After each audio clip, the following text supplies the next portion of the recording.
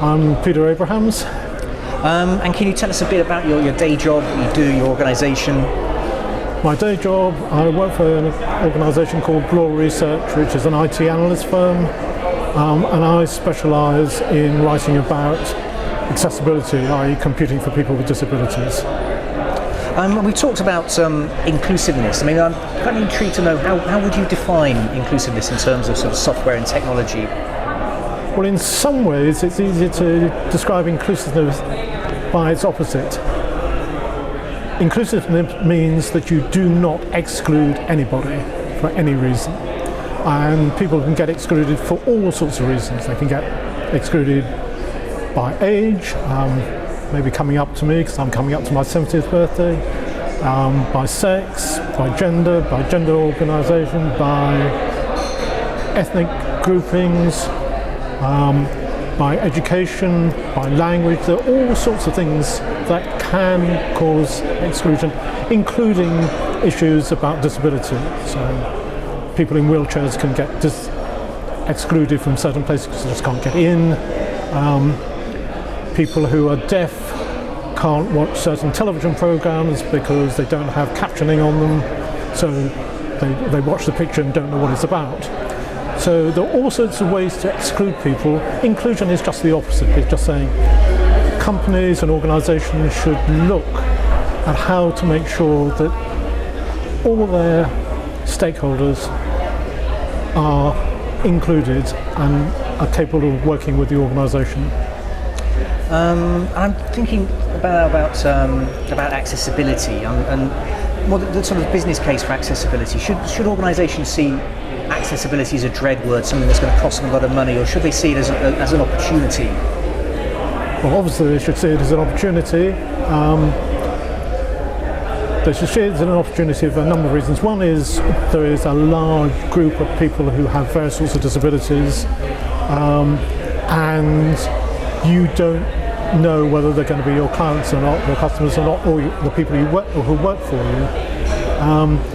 There's a big business case for making the workplace accessible because there are very good brains out there sitting in wheelchairs. You know, if there's a good brain sitting in a wheelchair, why should they not work for you? They're probably going to be very good employees. There are people with all sorts of different sorts of disabilities where they find that the disability gives them certain advantages. Recent examples, the government have been looking at people with Asperger's syndrome because they're very good at concentrating on certain things. You wouldn't want them to do everything, but if you get the right environment and you get them into it, there's a big advantage. Now, in terms of selling to people, then you find that you don't know who your customers are, particularly now you're on the web. You have no idea who's out there. Do you really want to have the situation where someone comes to your website, finds they can't use it properly, and walks away, and you never know? I mean, up to now, people would tend to know. You know, someone came into a shop and was deaf, and they couldn't communicate in a shop. Someone would recognise that happened. You don't recognise it on a website, so you're just losing customer and you just don't know about it. All sorts of other side benefits. Search engine optimization is very important to people. Websites which are well designed for accessibility by nature are better for the search engines, because in a sense you can think of the crawler that goes around the websites. It's very similar to a blind person. You know, they can't see the screen, they just see what's on there. If the information is not in a form that the crawler can understand it, they can't do the search. So there's all sorts of benefits like that. You then come to other sorts of organisations, and the government understands this now. The government is saying we want to go digital by default. You know, if you want to talk to the government, if you want to fill in a form, you want to go to DVLA, you want to do your income tax, whatever it is, the government want you to do it on the web. Why do they want to do it on the web? Because it's cheaper for the government. The government has to support everybody in the country. They can't say, oh, you're deaf, you can go to another company. They can't do that. So it's absolutely essential for the government to do it, and they will do it and they will gain benefit from it, because they will have to have less people on telephones, the information will come in correctly, the information will be electronic when it arrives rather than lots of paper.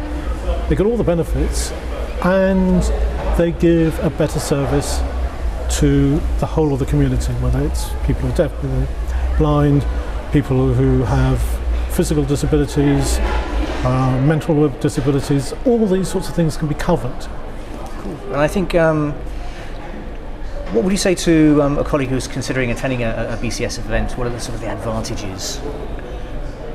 BCS events are very good at giving you, this event in particular, giving you a broad view of a particular subject, and this has been testing and accessibility in particular, so it's giving you a broad view of that.